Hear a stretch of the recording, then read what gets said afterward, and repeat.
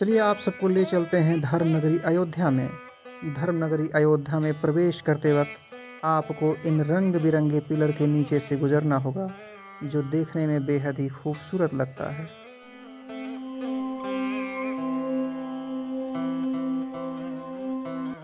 यदि आप भूख प्यास से परेशान हैं तो अयोध्या के किनारे लाइन से बने हुए स्ट्रीट फूड का मज़ा ले सकते हैं, जहां आप अनेक प्रकार के व्यंजन का स्वाद ले सकते हैं।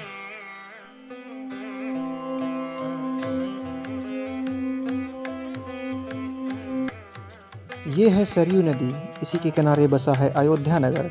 इसी अयोध्या नगर में है प्रभु श्री राम का मंदिर, और इसी नदी में भगवान श्री राम ने जल समाधि ले ली थी।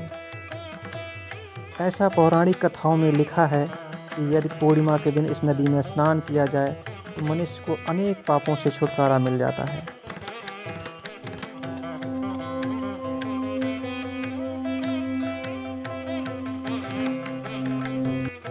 आगे चलते हैं अंतर्राष्ट्रीय राम कथा संग्रहालय।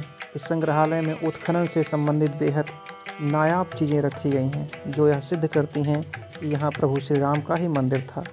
जब आप यहाँ पर प्रवेश करेंगे तो एक शीशे में बंद आप भगवान राम और सीता की मूर्ति देखेंगे, और उनके चारों ओर उनके परिवार, उनके स्वजनों को बैठे हुए देखेंगे। यह देखने में बेहद खूबसूरत है। यहाँ पर 3 आर्ट गैलरी है। पहली गैलरी में माता सीता और भगवान श्री राम के विवाह को दर्शाया गया है, जो कि कांगड़ा शैली के अनुसार है और यह हिमाचल में प्रचलित है। दूसरी चित्रकला शैली मधुबनी शैली है, जो कि बिहार में प्रचलित है। इसके द्वारा सीता हरण को चित्रित किया गया है।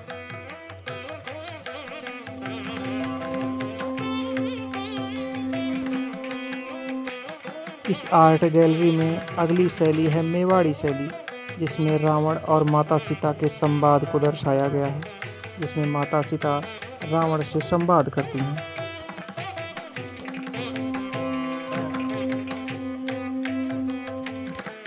अगली शैली है बंगाली शैली, जिसके द्वारा भगवान श्री राम को माता दुर्गा की स्तुति करते हुए दर्शाया गया है।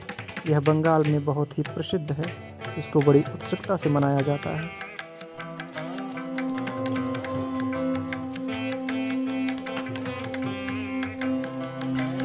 अगली शैली है थाईलैंड की शैली, जिसमें रावण और राम के युद्ध को दर्शाया गया है। इस शैली के अनुसार अच्छाई पर बुराई के जीत को चित्रित किया गया है।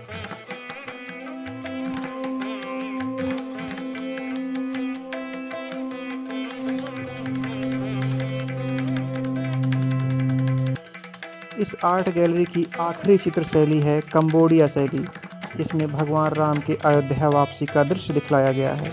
कंबोडिया का काव्य ग्रंथ रियामकर, जो कि राम कीर्त के नाम से जाना जाता है, यह देखने में बेहद सुंदर और भव्य दिखलाई पड़ता है। चलिए हम चलते हैं अगली वाली गैलरी में।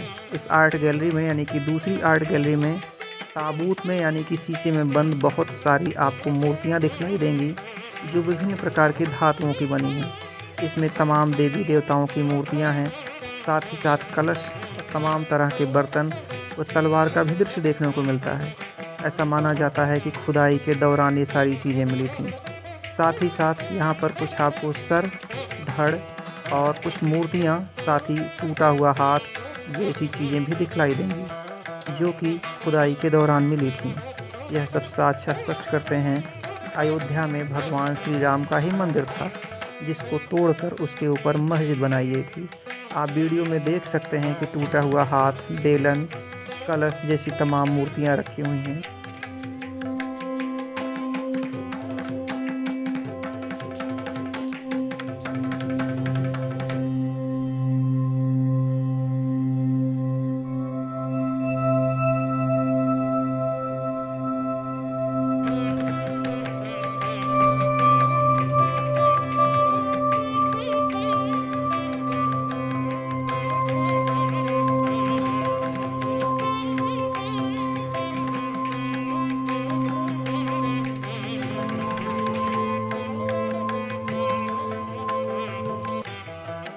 इस संग्रहालय में भगवान विष्णु के लगभग सभी अवतारों को दिखाया गया है।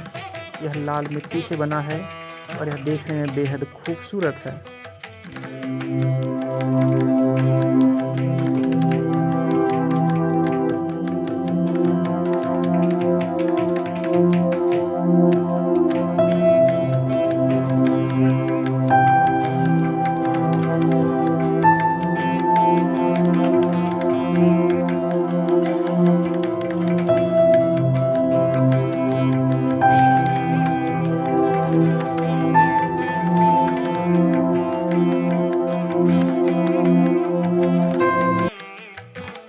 आप इस संग्रहालय में अनेक वस्तुएं, अनेक चीज़ें ऐसे देखेंगे जो पुराने समय में रामलीला के दौरान प्रयोग की जाती हैं।